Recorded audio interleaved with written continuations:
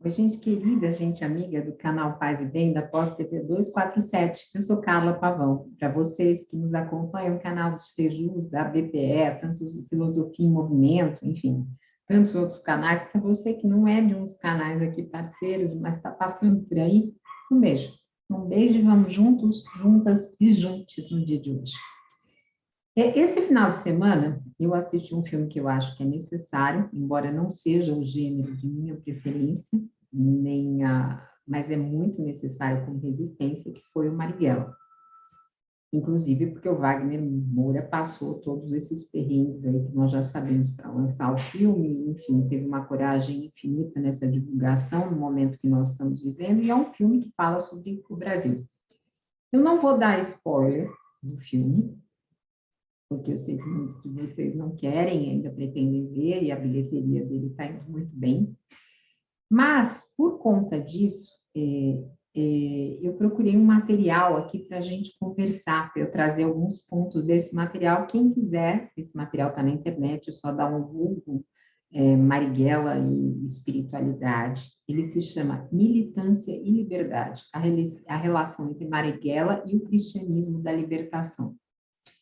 E ele é de Luiz Fernando de Carvalho Souza, dando crédito. Antes de eu entrar propriamente no artigo, que o artigo vai resumir, vai falar um pouco sobre o Carlos Marighella e esse cristianismo da libertação, fazendo uma aproximação entre horizontes e essas duas perspectivas que parecem antagônicas, mas que são congruentes na luta pela democracia e pela liberdade. E por que eu trouxe isso para o canal Paz e Bem? Porque é o que nós fazemos aqui, né? Essa resistência de guerrilha, onde nós tentamos, de alguma forma, através da espiritualidade, fazer essa luta, né? Pela liberdade, pela democracia, enfim, por uma espiritualidade plural.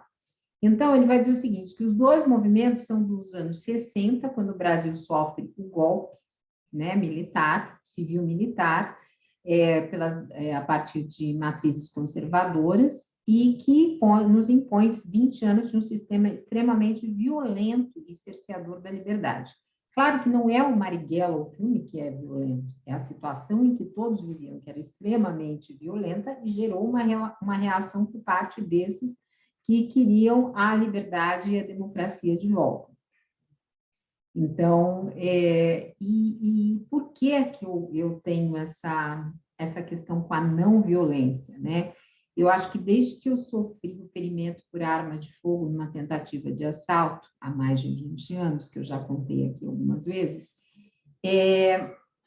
eu senti ainda mais a necessidade de não compactuar com armas, com violência, com tiros, tanto é que durante o filme, eu confesso, várias vezes eu fechei os olhos para cenas assim mais explosivas, porque eu acho que eu não tenho talvez um trauma consciente do que eu vivi, mas claro que eu não gosto de ver isso, né? Porque de alguma forma me remete a uma situação que foi muito violenta na minha vida. Mas vamos lá. Ele vai dar uma origem histórica nesse artigo do cristianismo da libertação, né? Dizendo que esse movimento ele já foi muito falado, mas que de alguma forma existe uma resistência política pela relação de religiosos cristãos com o Marighella, líder da ALN, que era a Aliança Libertadora Nacional, e, portanto, inimigo número 1 da ditadura. Então, essa relação, ao tratar desse cristianismo da libertação, que é um desafio, porque ele já foi tão falado, mas a gente consegue perceber que esse cristianismo é fruto de um movimento. Né? A essa altura, você já sabe que o Henrique Vieira participou, enfim, né? O pastor Henrique Vieira.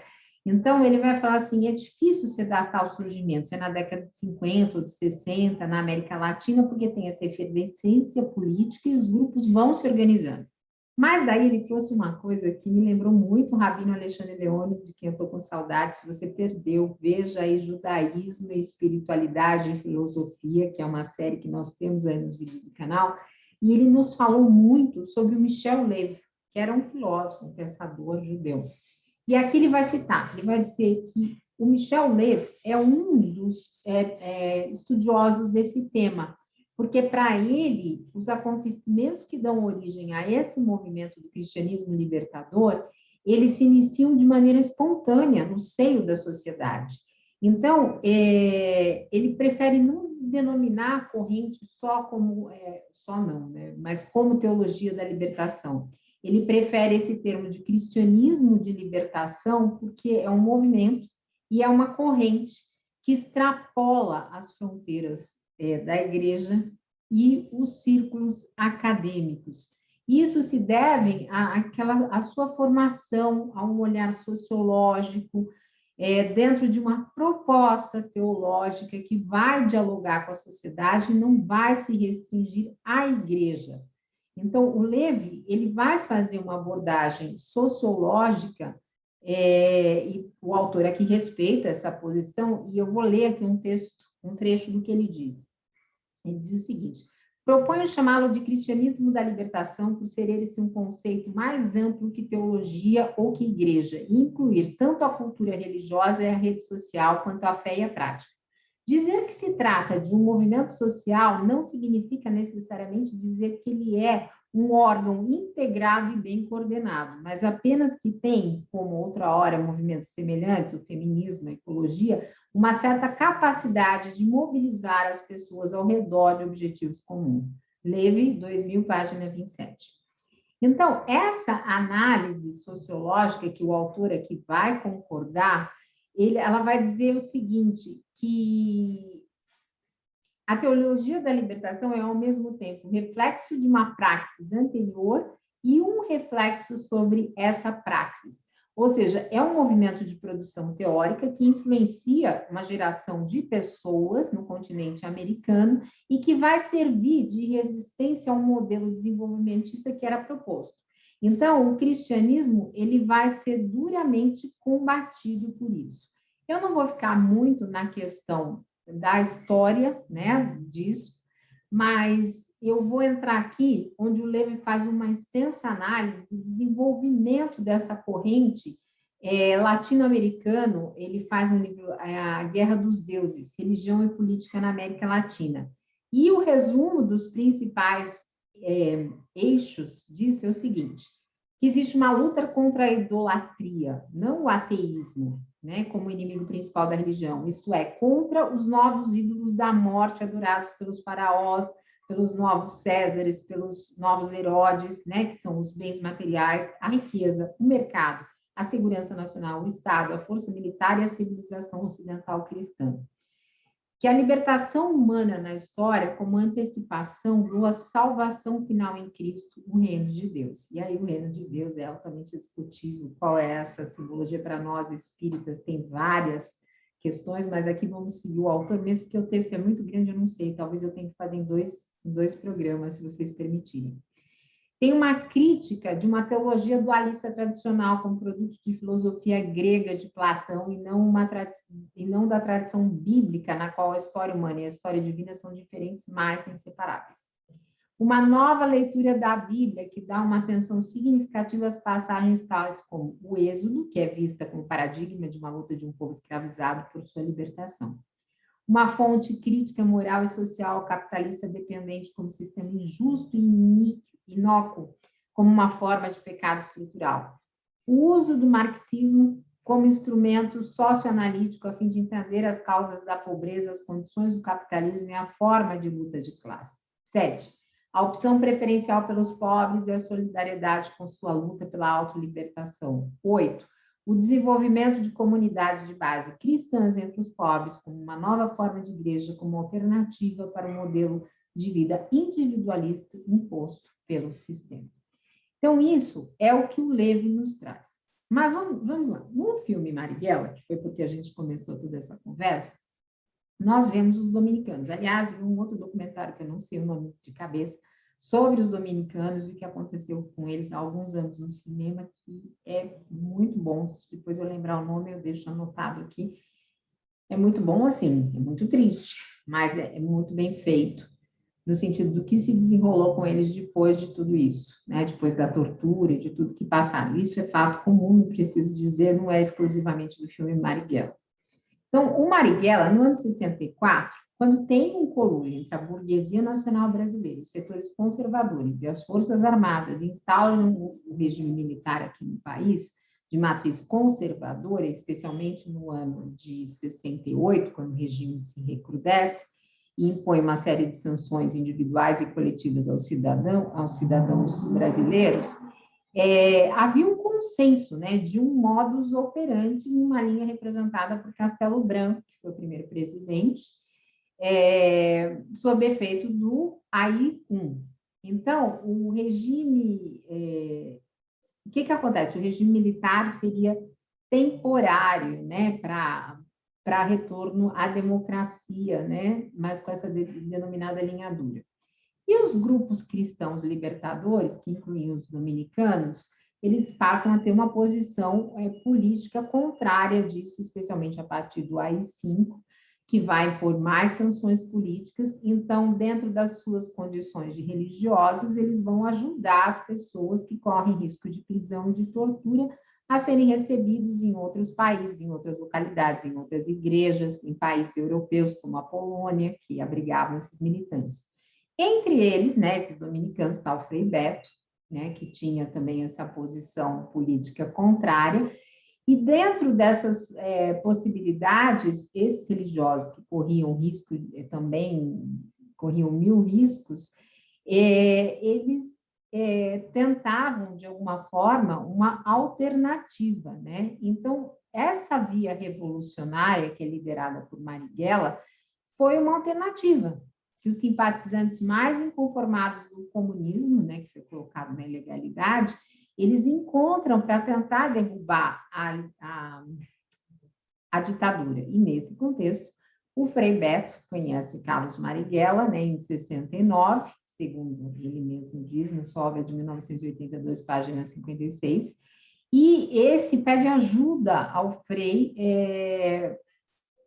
que estava de viagem ao sul do país na passagem de militantes vivendo sob a clandestinidade para o Uruguai. Então, teve toda essa ajuda. Então, apesar da trajetória política, né, numa tela a gente tem que resumir isso em 2 horas e 40, o filme ainda é longo, né, que nasceu em Salvador, que ingressa no Partido Comunista em 32, que atua como militante até 36, e aí ele vai passar, enfim, a história dele é contada ali na tela, né, para que ele vai ter a ruptura, enfim, não vou dizer tudo aqui, porque senão posso dar um spoiler importante. Então, o que para a gente aqui do canal Faz e Bem é bastante real.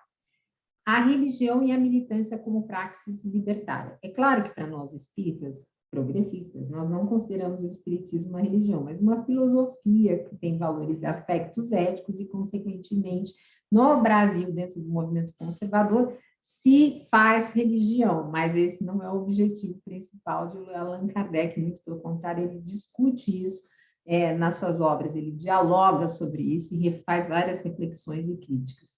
Então, feito esse parênteses, voltemos ao texto. Então, ele vai dizer assim, o autor, a certeza de que o projeto de libertação proposto por Marighella a distingia com preceitos cristãos era interpretado à luz do termo espiritualidade, que alguns cristãos libertários denominam de praxis cristãs. Aqui nós chamamos de espiritualidade. Então, eu vou ler um trecho aqui de Casal Dália para vocês. Nós cremos que há lugares onde a única maneira de fazer libertação, por exemplo, é fazê-la.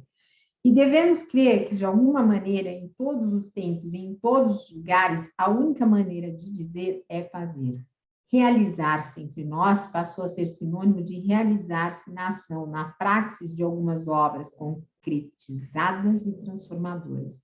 Para nós, a relação pessoal exige realização social. Nesse sentido, os personalismos subjetivistas e as fronteiras da classe de status nos fazem mal espiritualmente e fazem chiar a contextura interpessoal e a prática de vizinhança, país ou de mundo que nossa interrelacionalidade e nossa pracidade pedem.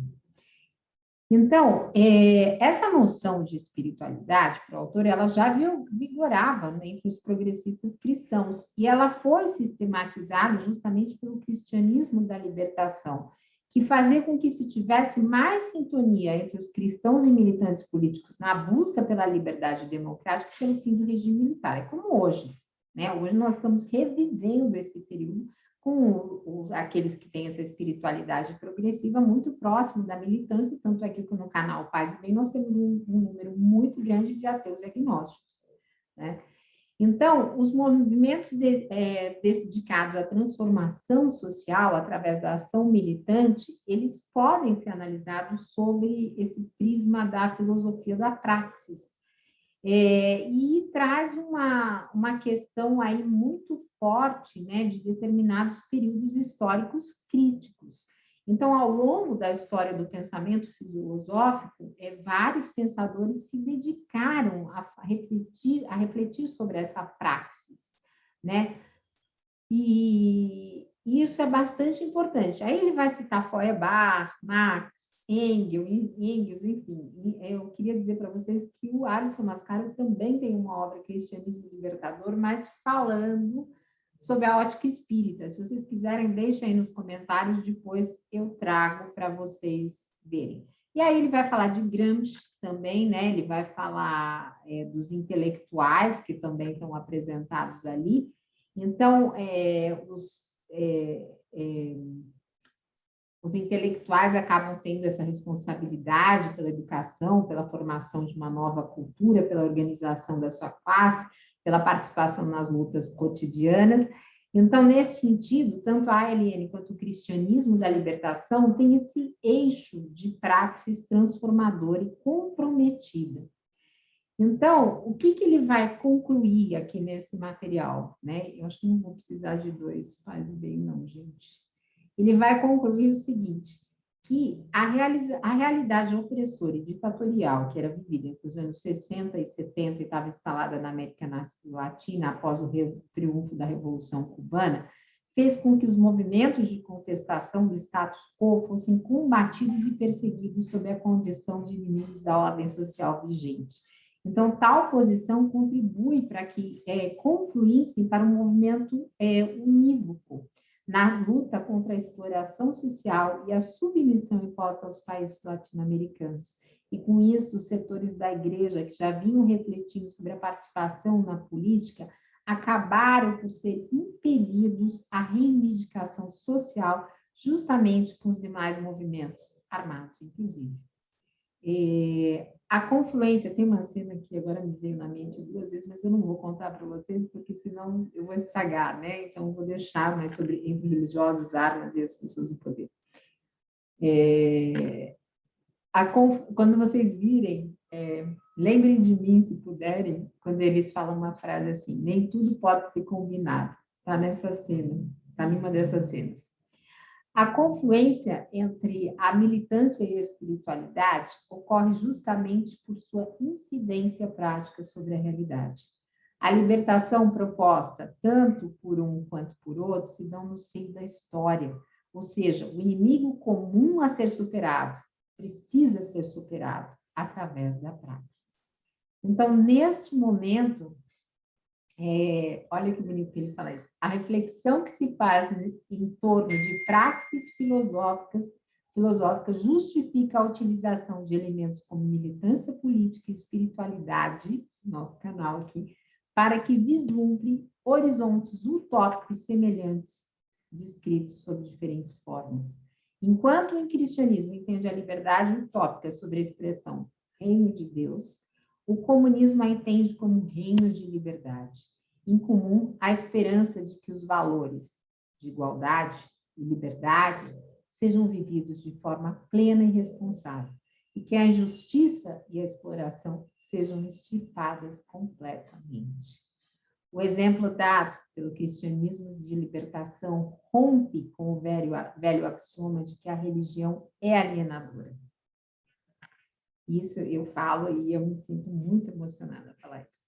A religião pode ser entendida como um significante vazio que depende do significado que lhe é conferida para poder ser qualificada. Ela pode ser alienante e pode ser libertária, assim como a política. Tudo depende do significado empregado. No caso dos dominicanos, Marighella, a confluência se deu em torno do horizonte da libertação e o anseio pela liberdade democrática, que foi suprimida pelo golpe de 64, sendo aprofundada por meio de atos institucionais. Então, eu espero que vocês tenham gostado desse Paz e Bem. Agora tem Caminhos do Espiritismo que já está aí conosco durante todo o tempo que existe o canal Paz e Bem, acho que estamos aqui há 3 anos. O Caminhos continua direto no ar. Se vocês puderem, deixe o seu like, lá nós estudamos as obras de Kardec. Claro que o canal tem mais uma série de atrações, tem aí a Dora Encontro, minha grande amiga, inspiradora e educadora, a Fernanda, que também é outra querida, e temos tantos outros aí, programas rolando pelo canal. Se você puder, inscreva-se nos canais, tanto no Paz e Bem, quanto no da Pós TV 247. Deixe o seu like e compartilhe. Essa é a nossa resistência digital. Um beijo grande, gente. Paz e bem, paz e bem.